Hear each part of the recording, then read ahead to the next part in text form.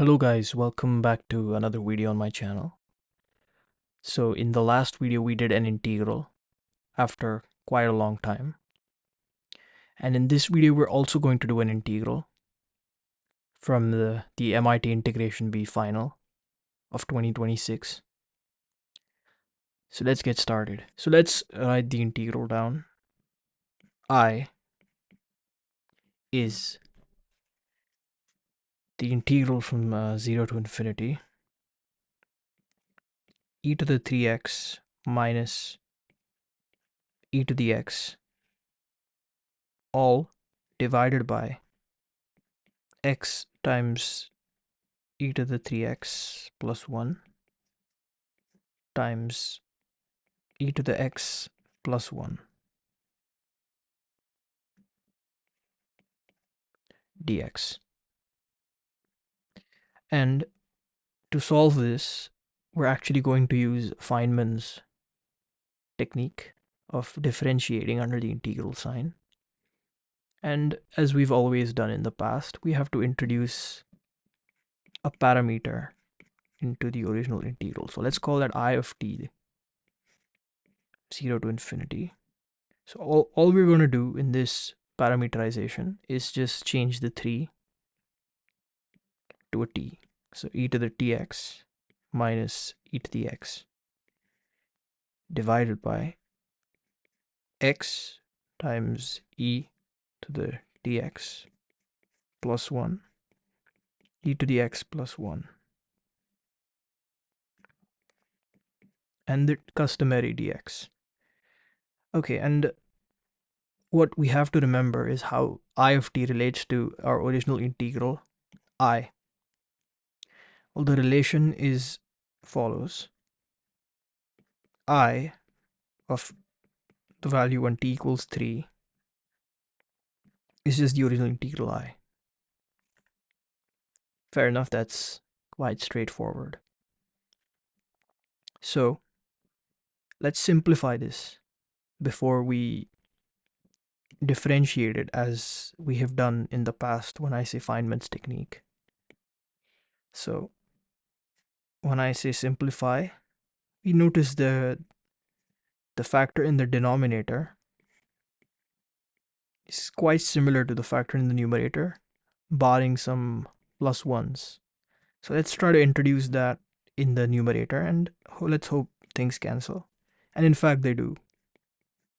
So e to the tx plus 1 minus 1 minus e to the x. So this is in the numerator, this is equivalent to just adding 0 because it's plus 1 and minus 1. Everything else, the exponentials are the same. Okay, and the denominator is as it is, e to the tx plus 1 e to the x plus 1, and we have a dx there. Okay, just use linearity, break this up, because when you break this up, so e to the tx plus 1, all of it divided by x times e to the tx plus 1 times e to the x plus 1 dx minus integral 0 to infinity e to the x plus 1, let's bracket that, divided by x e to the tx plus 1 e to the x plus 1, again a dx. Let me move that to the left like that. And we notice the main reason of breaking it and adding the plus 1 minus 1 was because the factors cancel out nicely. So this cancels with this factor, that cancels with that factor, and we have a vastly simple integral to consider in both terms. So integral from 0 to infinity dx over x times e to the x plus 1 minus integral from 0 to infinity dx all over x times e to the tx plus 1. Now, the fruits of our algebraic manipulation will pay off when we take derivative with respect to t, because the first term does not depend at all on t. So I just write it down. When I say I prime, it's the derivative with respect to t of I of t, which is just the term we evaluated on top, minus integral 0 to infinity dx over x times e to the tx plus 1. Close that off. And as promised before, the first term vanishes when differentiating with respect to t, and we just have the derivative of this second term. So we have minus integral 0 to infinity, and we have to take the derivative of this term. So dx over x times e to the tx plus 1 squared, and I'm using the chain rule of differentiation, along with the derivative of the inside function. We got a square in the denominator along with a minus sign, which I can write like that because we had power minus 1, but we still have to differentiate with respect to the function inside the minus 2 power, which is just exponential dx times x, because remember, the derivative is with respect to t. So the x's will cancel off nicely. One less thing to worry about on Valentine's Day. And the minuses will nullify. So integral 0 to infinity dx, and maybe I should put the dx on the rightmost side.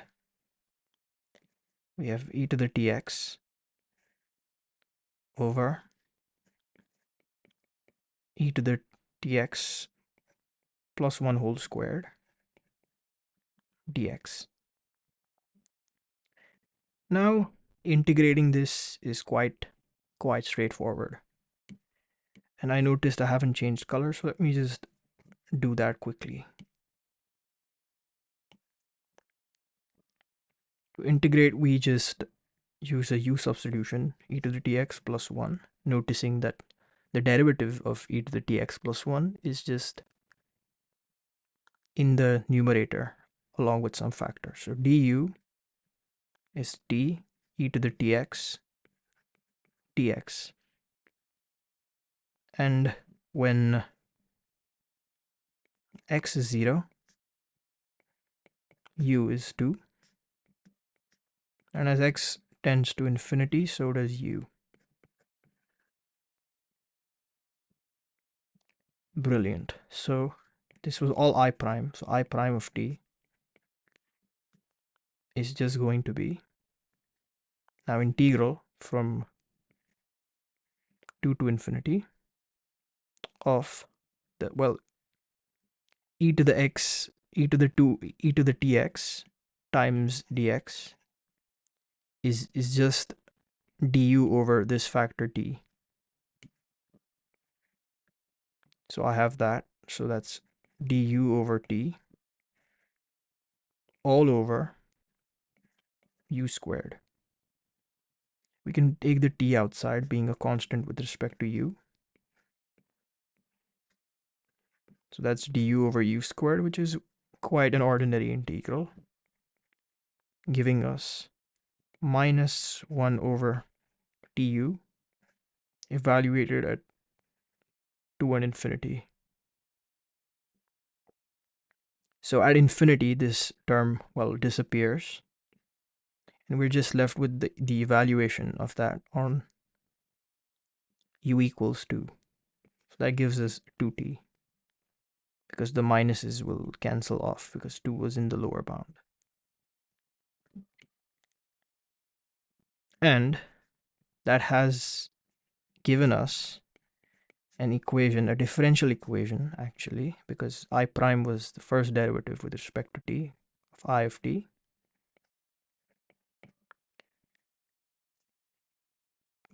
That's given us this differential equation.